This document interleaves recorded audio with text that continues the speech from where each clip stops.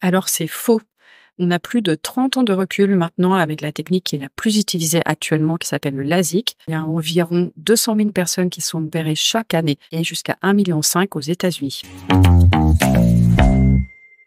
Donc c'est vrai, dans l'immense majorité des cas, la chirurgie permet de se libérer de la dépendance des lunettes et de ne plus en avoir besoin pour l'immense majorité des activités de la vie quotidienne. Néanmoins, dans certains cas, on peut proposer des lunettes de repos. La première situation est sur les écrans. Les gens qui font beaucoup d'écrans toute la journée peuvent avoir des symptômes de fatigue visuelle soulagés par le port de lunettes. La deuxième situation est la vision très près des petits caractères, surtout chez les presbytes. Et enfin, le dernier cas, c'est la vision très lointaine, très précise, comme la conduite sur l'autoroute ou les sports de visée, par exemple, chez les gens qui sont opérés de la presbytie. Malheureusement, c'est faux. Certaines personnes ne sont pas éligibles à la chirurgie réfractive pour des questions de sécurité. Vous allez bénéficier d'un bilan préopératoire très complet et poussé avant la chirurgie pour éliminer tout risque de fragilité de la cornée et de complications post-opératoires. Certaines pathologies concomitantes, telles qu'une infection, un herpès, une uvéite ou une sécheresse oculaire très avancée, peuvent également être des contre-indications à la chirurgie réfractive.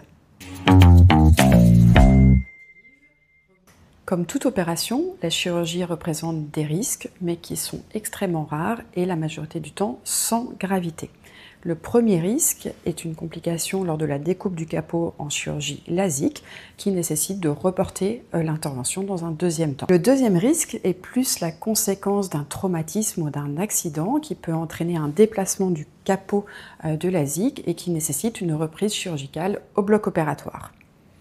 Le troisième risque est une légère sous-correction ou une surcorrection de la correction programmée au laser. Ce risque est extrêmement faible, mais peut arriver quand la vision n'est pas stabilisée au moment de l'opération ou lors des corrections très importantes. Et enfin, le dernier risque est d'attraper une infection pendant l'intervention ou après l'opération, et ce risque est extrêmement exceptionnel en chirurgie réfractive. Après la chirurgie laser, vous pouvez rencontrer plutôt des effets secondaires qui sont généralement transitoires et qui s'estompent avec le temps. Le premier, c'est une sensibilité accrue à la lumière avec un phénomène de halo, d'éblouissement, par exemple lors de la conduite la nuit. Et le deuxième est une sensation de sécheresse oculaire qui peut se manifester sous forme de picotement et qui nécessite d'instiller des gouttes pour hydrater la cornée. C'est plutôt faux, en tout cas il n'y a absolument aucune douleur pendant la chirurgie grâce à l'anesthésie locale qui est instillée avec des gouttes, des collyres anesthésiants, donc pas de douleur pendant l'opération. En revanche, après l'opération, vous pouvez sentir des sensations désagréables à type de picotement, les yeux qui pleurent, qui brûlent un peu. Après la chirurgie laser de type LASIK, cette sensation dure environ 3 heures, puis s'estompe spontanément. Après la chirurgie laser de type PKR ou laser de surface, la durée est un petit peu plus longue, environ 3 jours.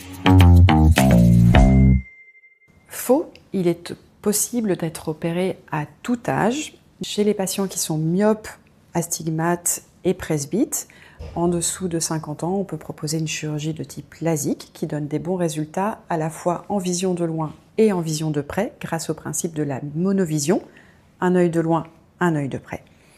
Chez les patients qui sont un peu plus âgés, on va se tourner préférentiellement vers une chirurgie du cristallin avec la pose d'un implant intraoculaire.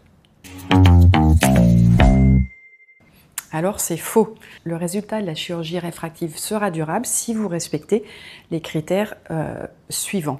Le premier, c'est que la vision soit stabilisée avant d'effectuer l'opération. Pour les myopes, il est recommandé d'attendre 2 ans de stabilité réfractive et si possible l'âge de 22 ans pour être sûr d'avoir ces 2 années validées. Chez les hypermétropes, on recommande d'attendre un peu plus tard, au moins 25 ans, 26 ans environ, puisque la vision met plus de temps à se stabiliser. Enfin, dernier cas pour la presbytie, la vision de près qui baisse avec l'âge, il est recommandé d'attendre que celle-ci soit suffisamment avancée, environ à l'approche des 50 ans pour vraiment ressentir un effet positif de l'intervention chirurgicale. Votre ophtalmologiste peut vous proposer un autre type de chirurgie qui s'appelle la chirurgie du cristallin clair. On va enlever le cristallin et mettre un implant multifocal qui va corriger la vision de loin et la vision de près pour ne plus avoir besoin de porter de lunettes. Alors c'est faux également dans la plupart des cas. Les myopies jusqu'à -8 dioptries environ sont la plupart du temps opérables avec la technique laser de type LASIK, à condition que l'épaisseur de la cornée soit suffisamment importante. Les myopies supérieures à -8 dioptries en moyenne ou lorsque la cornée est insuffisamment épaisse ou que les critères de sécurité pour le laser ne sont pas au rendez-vous ne peuvent pas être opérées au laser. Et dans ce cas, il existe une alternative chirurgicale qui est la chirurgie avec la pose d'implants phaques, un implant qu'on va insérer à l'intérieur de l'œil et qui va corriger la myopie, voire l'astigmatisme s'il y en a en plus. C'est faux, l'hypermétropie est également opérable avec la technique de chirurgie laser de type LASIK jusqu'à environ +6 dioptries combinées au bilan préopératoire bien sûr. Il est important de savoir que les résultats de chirurgie laser après l'hypermétropie ont tendance à régresser un peu plus dans le temps et que dans certains cas, une retouche laser peut être nécessaire.